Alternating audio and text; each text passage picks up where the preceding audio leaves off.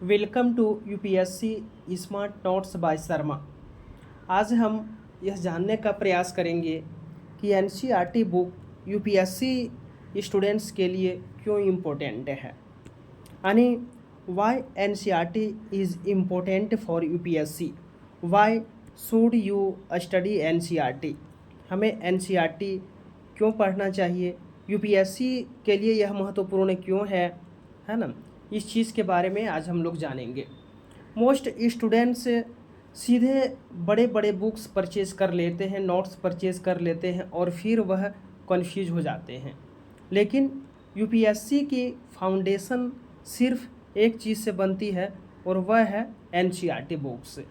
NCERT books यानी हमारी basic को स्ट्रॉन्ग करती है ना। और इसे बिल्कुल मैं सरल भाषाओं में जो है 5 पॉइंट में इसका जवाब मैं देना चाहूँगा, ठीक है, बिल्कुल स्पष्ट तरीके से।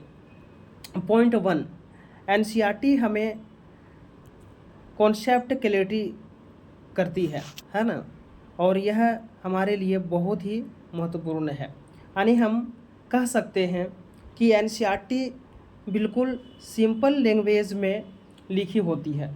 अगर बेसिक क्लियर नहीं है तो स्टैंडर्ड बुक्स भी समझ में नहीं आएगा, क्योंकि यूपीएससी डेप्थ पूछता है। लेकिन डेप्थ तभी पॉसिबल है जब बेस स्ट्रॉन्ग हो।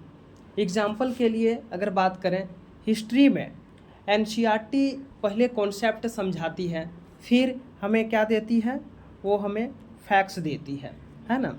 इसलिए हमें एनसीईआरटी पढ़नी चाहिए। पॉइंट 2 में हम आप लोगों को बताना चाहेंगे कि एनसीईआरटी ओरिजिनल और ऑथेंटिक सोर्स है। यह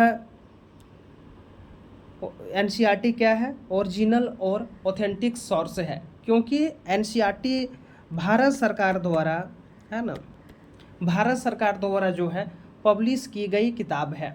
इसमें दी गई जानकारी पूरी तरह से भरोसा किया जा सकता है। यूपीएससी सेम कंटेंट पर आधारित प्रश्न पूछता है, इसलिए इसे कहते हैं मोस्ट रिलायबल सोर्स, है ना। और पॉइंट थ्री में आप लोग को बताना चाहूँगा कि यूपीएससी डायरेक्ट क्वेश्चंस पूछती है, प्रीलिम्स और मेंस दोनों में। आप देखे होंगे प्रीवियस ईयर क्वेश्चन को, तो यूपीएससी में हर साल सीधे एनसीईआरटी से सवाल आते हैं। सीधे तौर पर जो है एनसीईआरटी से सवाल जो है पूछे जाते हैं।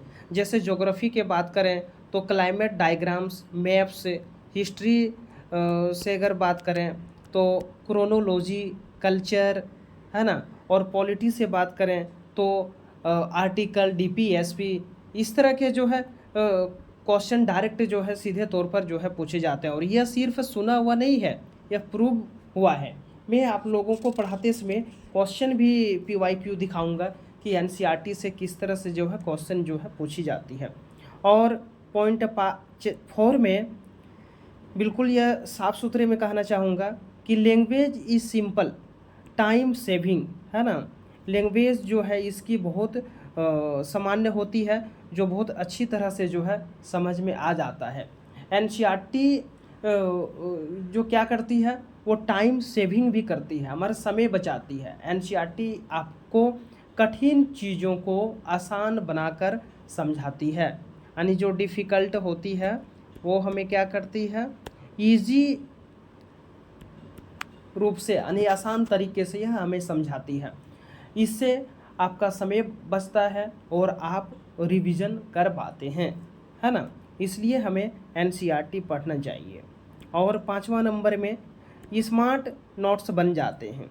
एनसीईआरटी से जो है क्या होते हैं, स्मार्ट नोट्स जो है बन जाते हैं, है ना। इसलिए हमें एनसीईआरटी, यानी हम कह सकते हैं कि once you complete NCERT you already have 90% conceptual notes ready, है ना। अगर आपने एक बार एनसीईआरटी बुक्स जो है कंप्लीट कर लिया तो 90% कंसेप्चुअल जो नोट्स होते हैं वह ऑलरेडी तैयार हो जाते हैं।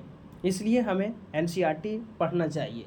बस अंत में आप लोगों को मैं यही कहना चाहूँगा कि यूपीएससी सिर्फ नॉलेज का एग्ज़ाम नहीं है, यह कॉन्सेप्ट क्या है, यह कॉन्सेप्ट प्लस अंडरस्टैंडिंग है ना, और क्लैरिटी का एग्ज़ाम है। और यह क्लैरिटी सिर्फ एनसीईआरटी बुक से ही आती है, इसलिए हमें एनसीईआरटी पढ़ना बहुत ज़रूरी होता है ना। अगर आपको एनसीईआरटी स्मार्ट नोट्स के साथ पढ़ना है तो चैनल को सब्सक्राइब कीजिए। Next video history class 6 chapter 1। जय हिंद, जय भारत।